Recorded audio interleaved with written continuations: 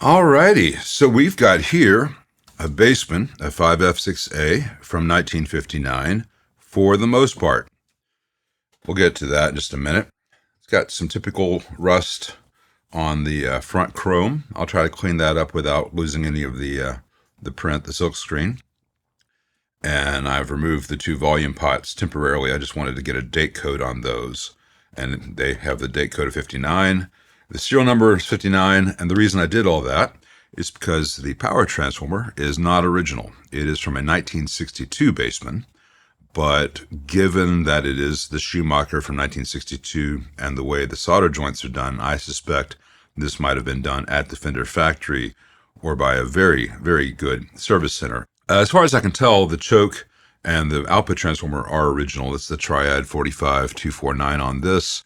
And for those who care, the power is the 125P5B, and it has a 6062 Schumacher 1962 date code. I did verify that this was not made in 1952. This could only, because that date code, it could be 52, 62, 72. This is the same transformer used in the Bassman and similar amps in 1962. So that should be fine. That should be just fine.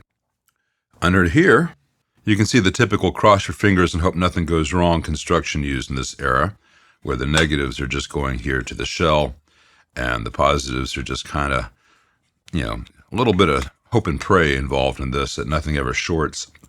I'm going to replace all that with a better approach that I did on the 58 last year. Here's a little preview of what that'll look like when this is done. Down here, apart from some cobwebs, it's pretty typical.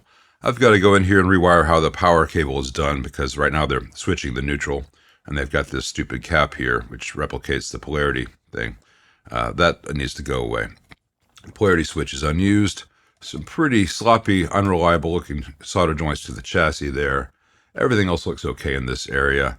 A bias pot has been soldered to the chassis. Now there would have been a selenium rectifier here originally, and it's always good to replace that with a silicon diode like this. But the bias trim pot, while it's a good addition to the circuit, they got lucky with this. Pots do not like being that hot, and to solder the shell of this pot to this chassis required an immense amount of heat. So I could do one of two things. This is going to come out anyway. I could put a little trim pot here on the board where the circuit originally would have had it, or would have had a fixed resistor, but I can replace that with a variable potentiometer in series with a resistor. Or I could, if the owner is willing, let me see if I have room on the other side. I do. I could drill a little 3/8 inch hole and mount the pot the way you would on a later 60s amp. That's up to the owner. I prefer not to drill these old chassis, but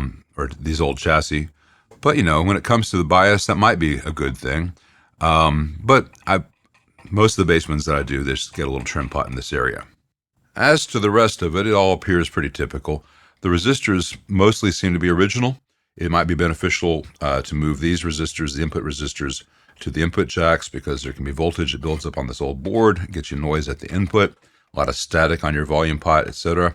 It's got a mismatch of caps, some orange drops, some Mallory's, these original yellow Astrons, which always leak voltage. So these are all going to go. And I'm going to replace these all with some nice Vichy MKT 1813s. Now, someone is screaming at the screen right now, don't change out these original parts, or at least test them first. I need to conserve the time involved in this for the client's budget's sake. And I've worked on an awful lot of 50s and early 60s amps, which had the red and the yellow Astrons, and they almost always leak. And if they're not leaking yet, they will. They're just not reliable. There's a reason Fender went from these to the blue Ajax caps. The blue Ajax caps almost never need to be replaced. Seriously, even the Astrons here in the present circuit can cause issues.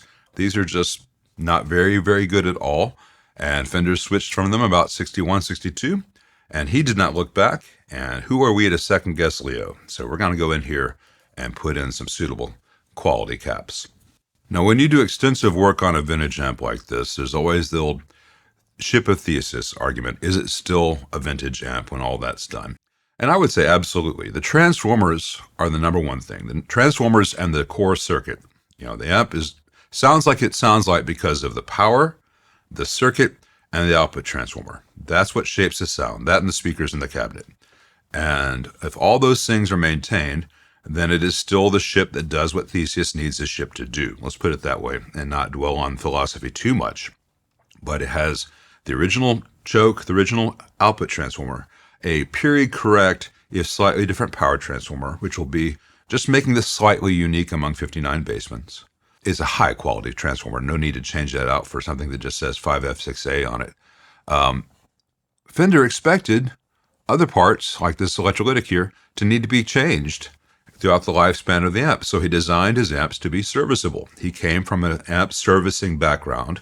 He expected his amps to need service, so he designed them to be easily and reliably and quickly serviceable. So that's what we're going to do.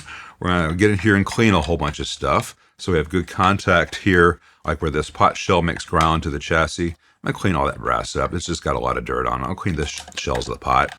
I'll be cleaning the board, get any dirt, possibly DC out of the old board. I'll make sure that all the resistors are good. We're going to change out the film caps, change out the electrolytics, clean the tube sockets, rebuild the bias circuit, get all this straightened out, clean up some of the wiring over here that could be a little bit better, stuff like that. That power switch's got a little bit of movement to it. I just need to make sure it's okay. It's standby rather. Just make sure all that's working well, and that seems a little bit physically loose. And there is a lot of dust and spider stuff and corrosion throughout the amp. All that's going to get cleaned up. Not because it needs to be pretty, but because it all subtly builds up to affect the sound, especially at places where grounds are made to chassis. It's good to have things clean. And we'll try to do all this without disturbing the magical masking tape there. Maybe I'll be able to see what that says. Can't really make it out in this light. So this should be a fun one. Check back and watch the progress as this goes. And as always, thanks for watching.